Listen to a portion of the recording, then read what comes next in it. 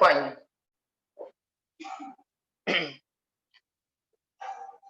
So आता माझ्याबरोबर लिहायला सुरुवात करा. नेक्स्ट पॉइंट जो आहे तो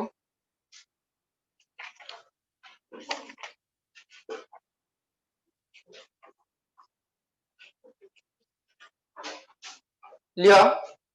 equation of standing wave. Equation of standing wave. Equation of standing wave. Equation of standing wave. Observe करायचं आणि काय काय सांगतोय तो लिहून घ्यायचं. इक्वेशन ऑफ स्टँडिंग किंवा स्टेशनरी वेव्ह. फाईन. पहिली फॅक्ट जी तुम्हाला माहित असली पाहिजे, जी ऑलरेडी शिकवलेली पण आहे, ती अशी आहे. Stationary wave is formed when two identical waves, एकतर दोन्हीही ट्रान्सव्हर्स पाहिजेत किंवा दोन्हीही लॉन्जिट्युडनल पाहिजेत. एक ट्रान्सव्हर्स एक लॉन्जिट्युडनल चालणार नाही. There should be two identical waves travelling in opposite direction should come in the given region of medium. मीडियमच्या गिवन रिजन मध्ये दोन वेव्स पाहिजे, travelling in opposite direction. Okay, but they should be identical in all other aspects. Means their frequency should be equal and their amplitude shall be equal. Okay, so in that case, let's say the first wave is y1. It is traveling in the rightward direction or leftward direction.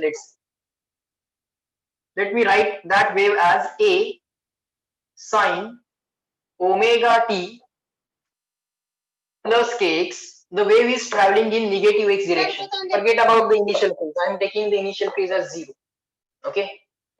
Second wave y2 is equal to a sine omega t minus kx. Is that okay? These are the two identical waves traveling in opposite direction. Yes or no? मोठ्याने सांगा चला. Yes or no? Yes. Yes. Good. Now resultant wave is equal to, किती simple असते बघा. Physics एवढंच म्हणते, ही displacement Y मध्ये, ही displacement Y मध्ये. फिजिक्स म्हणते वाय मध्ये डिस्प्लेसमेंट ऍड करा, काही अडचण नाही. फिजिक्स संपलं, याच्या पुढे मॅथमॅटिक्स करा. रिझल्टंट वेव्ह लिहा माझ्या बरोबर. Resultant wave y is equal to, sir y1 plus y2 is equal to काय असेल बघा, this plus this. A directly common काढू का, चालेल का तुम्हाला? एक स्टेप कमी करतो की शाही संपल्या पेनातली माझ्या. एक स्टेप कमी करूया. हा, sine of omega T plus K x plus sine of omega T minus K x. बरोबर आहे. पुढं इथपर्यंत समजलं. याला म्हणायचं बाळांनो इक्वेशन नंबर 1. आता हे करावं लागणार सिम्प्लिफाय. हे इक्वेशन करावं लागणार आपल्याला सिम्प्लिफाय. तुम्हाला इथं दिसलं का, sine plus sine, sine C plus sine D दिसलं का? साइन प्लस साइन दिसलं का? आता 4 फॉर्म्युले देतो.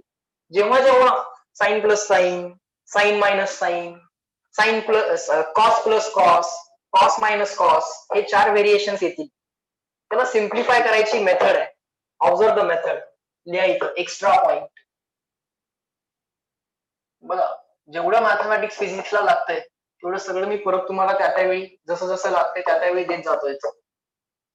Sign C plus sine D म्हणजे याला म्हणायचं sine plus sine. Sine plus sine is 2 sine cos. Sine plus sine is 2 sine cos. असं लक्षात ठेवायचं. काय लक्षात ठेवायचं म्हणा माझ्या बरोबर? Sine plus sine is, always statement complete करायचं. Okay, sine plus sine is 2 sine cos. ठीक आहे. आत काय लिहायचंय बघू नंतर. आत काय लिहायचंय नंतर बघू. Sine minus sine is 2 cos sine. Sequence बदलायचा. Sine minus sine is 2 cos sine. हा, स्टेटमेंट कंप्लीट करा. Sine minus sine is good. cos plus cos. Cos plus cos is 2 cos cos. काय लक्षात ठेवायचं? cos plus cos is 2 cos cos. आत काय राहायचं बघू नंतर. तुम्ही जरा जास्त जागा सोडा इथं. Cos plus cos is 2 cos cos. Cos minus cos.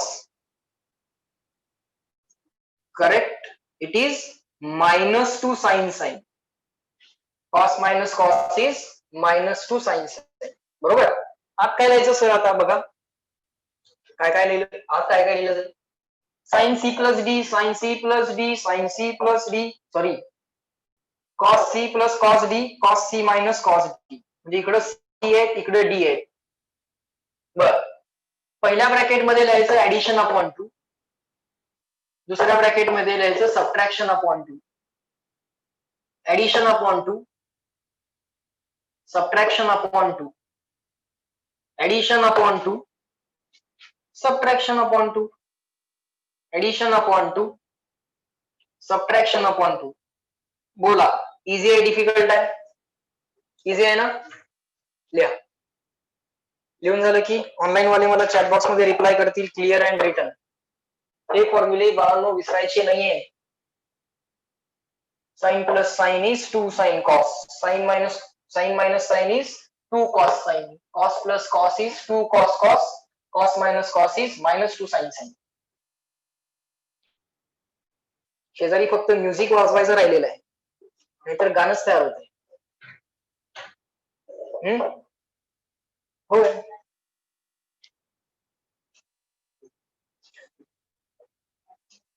झालं क्लिअर अँड रिटन? ज्याला हे आलं त्याने हे सिम्प्लिफाय केलं, नेक्स्ट स्टेपला उत्तर संपलं डेरिव्हेशन. काही अवघड नसते. 3 मार्काला 4 मार्काला विचारतात ते कधी कधी. बोर्डाला हे डेरिव्हेशन विचारू शकतात. याचा जो रिझल्ट तयार होईल, जो फॉर्म्युला तयार होईल, तो आपल्याला एमसीक्यू ला लागेल. पण हे डेरिव्हेशन बोर्डाला 3 मार्काला विचार, 4 मार्काला विचार. त्यांना असं वाटतं की आम्हाला हे पाठ नाहीये, असं वाटतंय त्यांना, कारण त्यांना काही येत नसतं. मी तुम्हाला सांगितलंय ते असे प्रश्न विचारतात तुम्हाला की जे त्यांना येतात. चला नेक्स्ट. जमलं इथपर्यंत? पुढे बघा.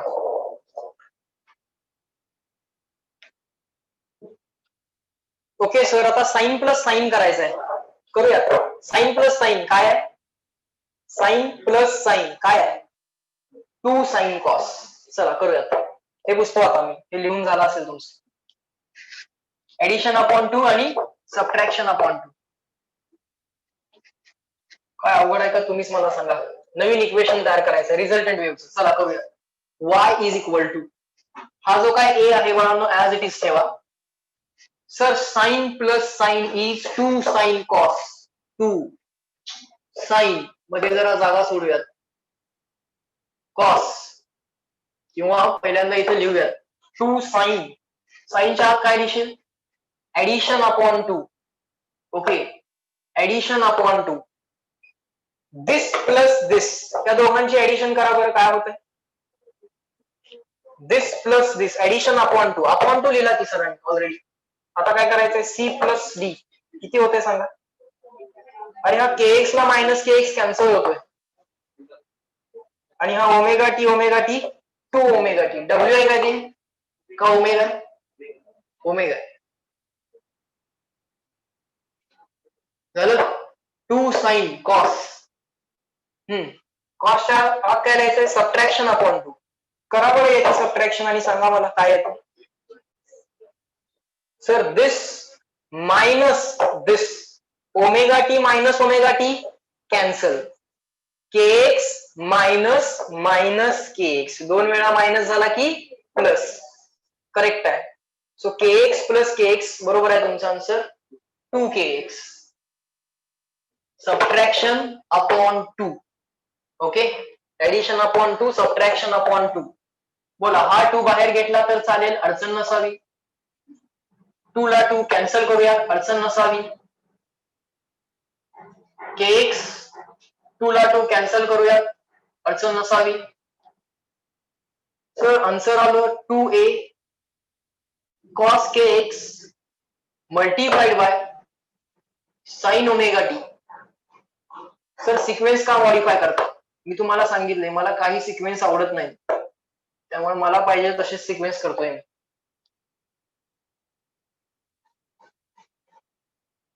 सिक्वेन्स मॉडिफाय केला ना, kx ला पहिला घेतलं, ओमेगा टी ला नंतर पाठवलं. आता गंमत सांगतो, this equation is called as equation of standing wave. संपलं. Equation of standing wave. This equation is called as equation of standing wave. आता जे डोळ्यांनी तुम्हाला लूप दिसत होते ना, ते त्या लूपचं इक्वेशन आहे. कसं काय ते सांगेन मी तुम्हाला, पण तुम्ही लूप बघितले होते ना, त्या लूपचं इक्वेशन आहे. त्या लूपचं काय आहे? इक्वेशन आहे. ओके, नीट लक्ष द्या. Is this given equation a function of omega T minus के? एका ठिकाणी नुसताच ओमेगा टी आहे, एका ठिकाणी नुसताच के एक्स आहे. असं कुठं आहे का? असं कुठं सिंगल टर्म आहे का ओमेगा टी प्लस मायनस के एक्स? सांगा, मोठ्याने सांगा. नाही आहे. So certainly this is not a progressive wave. Yes or no? मोठ्याने सांगा. As it is not an equation of omega t plus minus kx, it is certainly not the equation of progressive wave. So it is an equation of standing wave. इथपर्यंत तर आम्हाला लक्षात आलं. So लिहा खाली, this wave किंवा this equation is not, just keep on writing, not a function of omega t plus minus kx or kx plus minus omega t. असा sequence नाही आहे बाळांनो याच्यात. त्यामुळं ही जी काय वेव्ह आहे ही प्रोग्रेसिव्ह नाही आहे.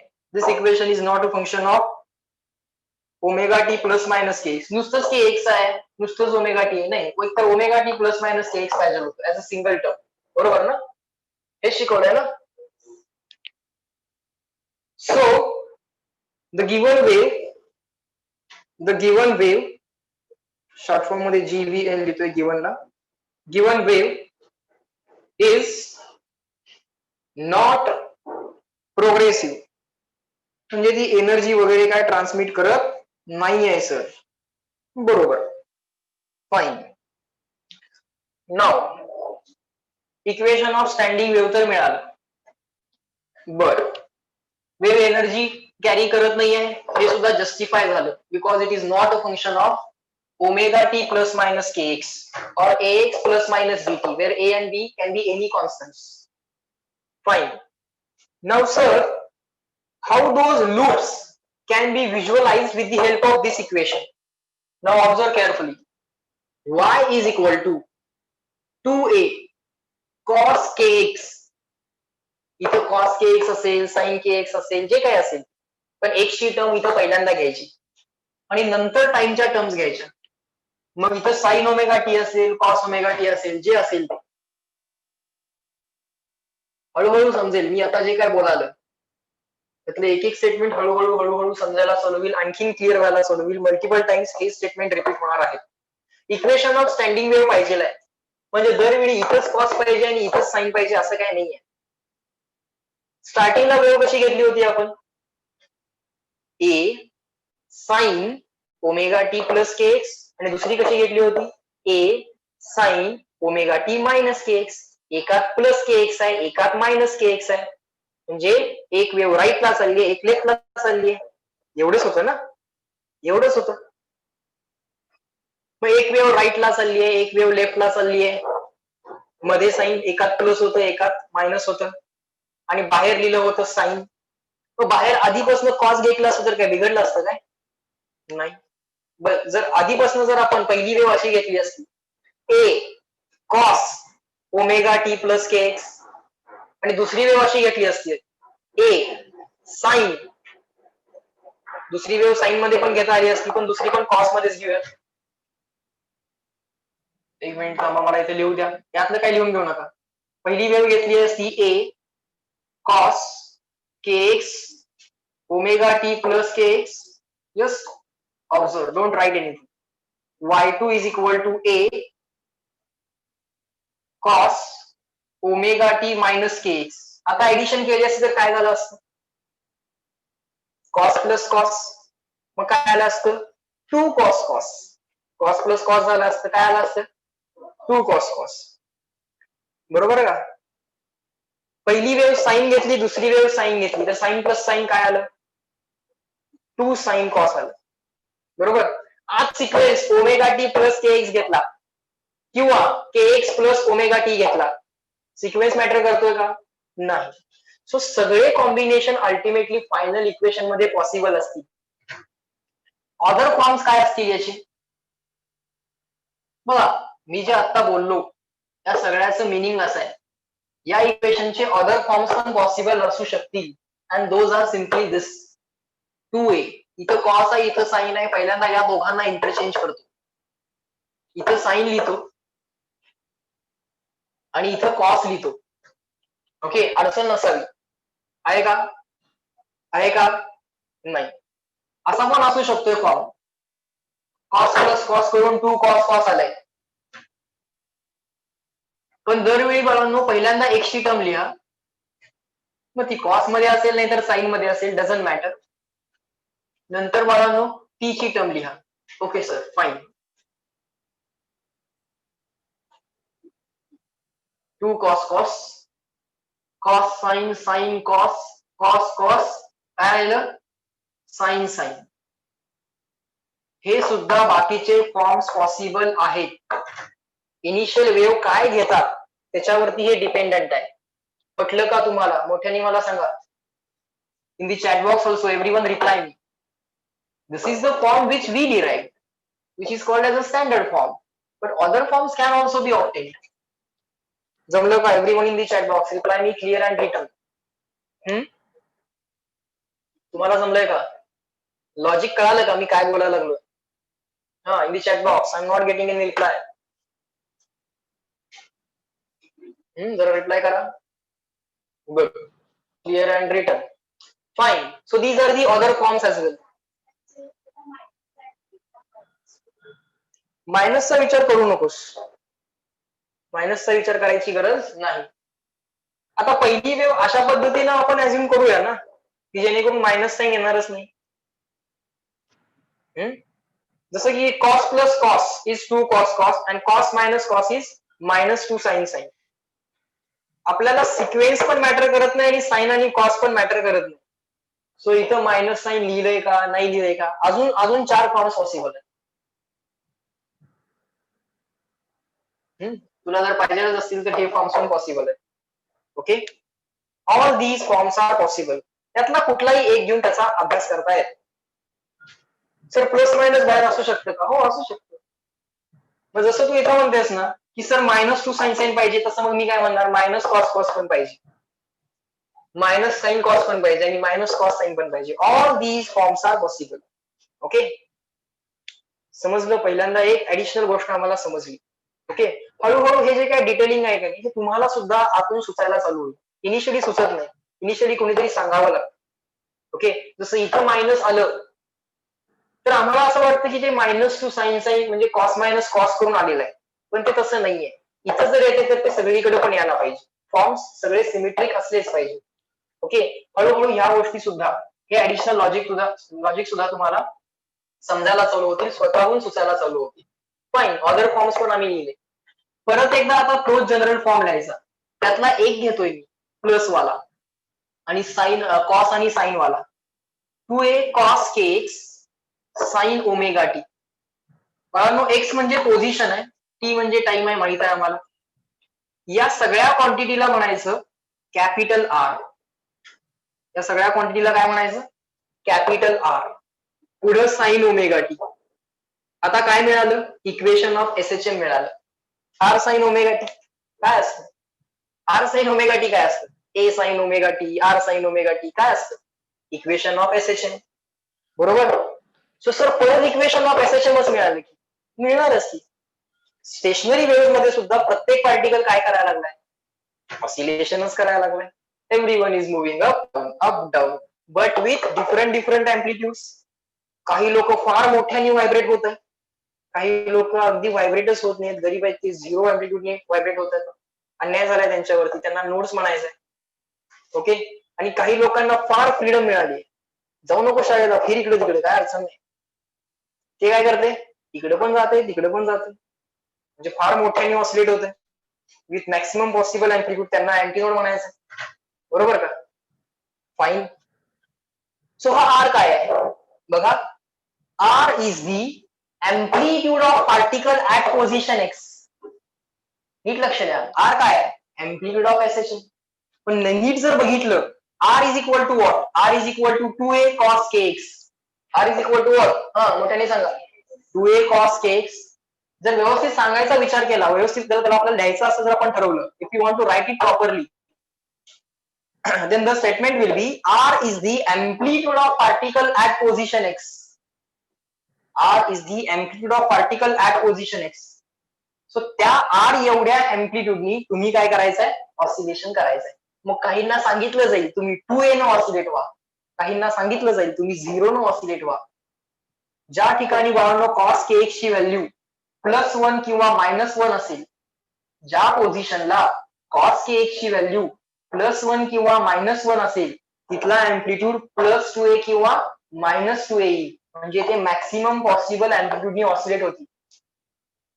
आणि ज्या पोझिशनला cos kx ची व्हॅल्यू, ज्या x च्या व्हॅल्यूसाठी for given value of x, if cos kx results into 0, एखाद्या पोझिशनला, एखाद्या x च्या व्हॅल्यूला cos kx ची व्हॅल्यू जर 0 आली, तर त्या पार्टिकलला सांगितलं जाईल तू ऑसिलेट व्हायचं नाहीस, गप घरात बसून अभ्यास करायचा, असं सांगितलं जाईल, बाहेर जाऊन खेळायचं नाही. ओके. सो आता याचं रिलेशन लूप बरोबर कसं लावणार आहे सर तुम्ही आम्हाला सांगितलं होतं, जे लूप आम्हाला दिसत आहेत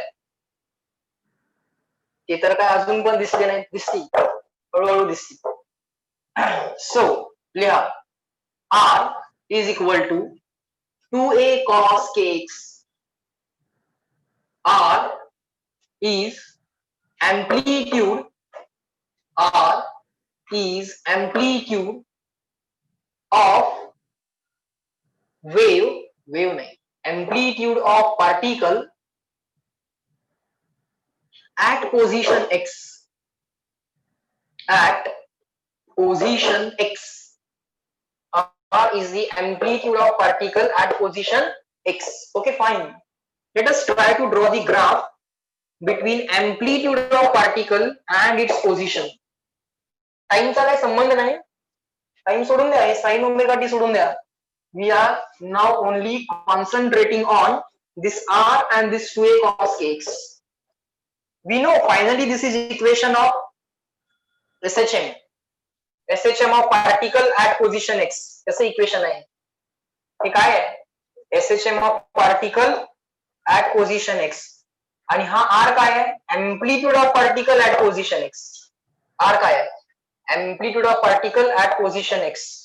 बरं सर, आता हा 2a ऍज इट इज ठेवूयात, कोइफिशियंट आहे ना, ऍज इट इज ठेवा. प्लस कॉसचा ग्राफ ड्रॉ केला तर काय अडचण आहे का तुम्हाला? इथं kx च्या व्हॅल्यू समजा प्लॉट केल्या किंवा x च्या व्हॅल्यू प्लॉट केल्या, समजा kx च्या व्हॅल्यू प्लॉट केल्या, kx च्या व्हॅल्यू प्लॉट केल्या, मग तर ग्राफ असा दिसेल की नाही, 0 kx म्हणजे काय, अँगल आहे ना, π/2 पाय 3π/2 and 2π. सो kx च्या व्हॅल्यू म्हणजे या अँगलच्या व्हॅल्यूज प्लॉट केल्या. हा प्लस कॉसचा ग्राफ आहे. पहिली kx ची व्हॅल्यू घेऊयात आपण, या ऍक्सिस वरती kx प्लॉट केलाय, पहिली kx ची व्हॅल्यू बाळांनो 0 घेऊयात, म्हणजे cos of 0, cos 0 is +1, cos 0 is +1, +1 into 2a काय होईल, +2a. ओके. त्यानंतर kx ची सेकंड व्हॅल्यू π/2 घ्या, cos π/2 0, 0 into एनिथिंग 0. त्यानंतर cos π, kx ऐवजी पाय टाका, cos π is -1, -1 into 2a is -2a, is -2a. Point will be located here. Cos 3π/2, kx ची व्हॅल्यू प्लॉट केली आहे, cos 3π/2, आन्सर विल बी 0. समजायला लागलंय का? अडचण आहे का काही? तुम्हाला ऑलरेडी माहिती आहे प्लस कॉसचा ग्राफ येणार आहे, तुम्ही डायरेक्टली असं पण करू शकताय. ऑलरेडी माहिती आहे प्लस कॉसचा ग्राफ ना काय अवघड आहे सर, आम्हाला डायरेक्टली माहिती आहे. ठीक आहे ना, पण तरी सुद्धा इन डिटेल 2 पाय कॉस ऑफ 2 पाय म्हणजेच कॉस ऑफ 0 फिरून तिथं झाला ना. अँग्युलर पोझिशन चेंज होते का? 360 न मागे जावा नाही तर 360 न पुढे जावा, अँग्युलर पोझिशन चेंज होत नाही. सो कॉस 2 पाय इज cos 2 पाय म्हणजे cos 0, cos 0 इज +1. सो परत +1 into 2a +2a. So graph असा येणार बघा,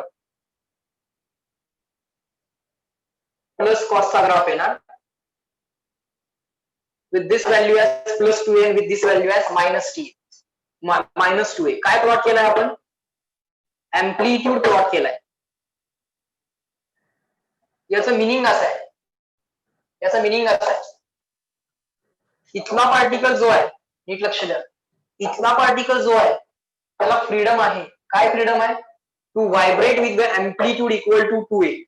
सो तो 2a एवढा वरती जाऊ शकतो आणि 2a एवढा खाली पण जाऊ शकतो. या पार्टिकलची फ्रीडम आहे त्याला, पण थोडीशी कमी आहे.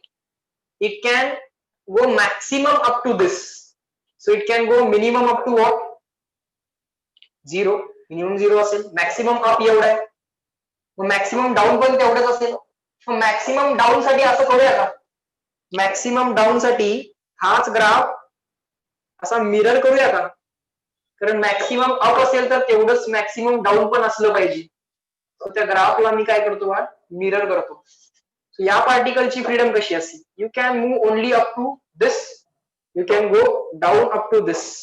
जेवढं अप तेवढंच डाऊन, सो ते एवढ्यानंच ऑसिलेट होते. ओके, हे ऑसिलेटच होत नाही बघा. होते काय ऑसिलेट? सांगा जरा मोठ्याने, होते काय ऑसिलेट?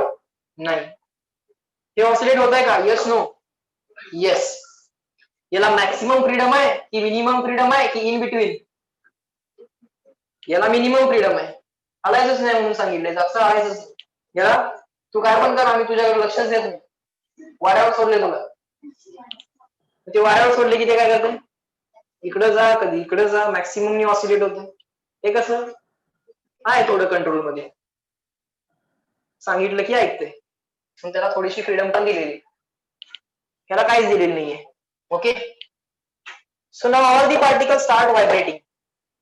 सगळे पार्टिकल व्हायब्रेट व्हायला चालू झाले, जोर जोराने व्हायब्रेट व्हायला चालू झाले. दिसायला लागले का तुम्हाला loops? Everyone tail me, loop दिसायला चालू झाले? दिसले का? सो मी काय सांगितलं होतं, the same equation can be use to visualise the loop. दिसले? क्लिअर झाला point? Everyone in the chat box tell me, loop दिसले का? अजून चांगले लूप दिसतील जर आपण kx ऐवजी x प्लॉट केला तर. kx कशाला प्लॉट करायचा? x प्लॉट करूयात ना. x म्हणजे काय? अल्टिमेटली पोझिशन आहे. kx म्हणजे अल्टिमेटली अँगल आहे सर. आम्हाला पोझिशन दिसली पाहिजे. ठीक आहे, पोझिशन दिसली पाहिजे तर x प्लॉट करूयात.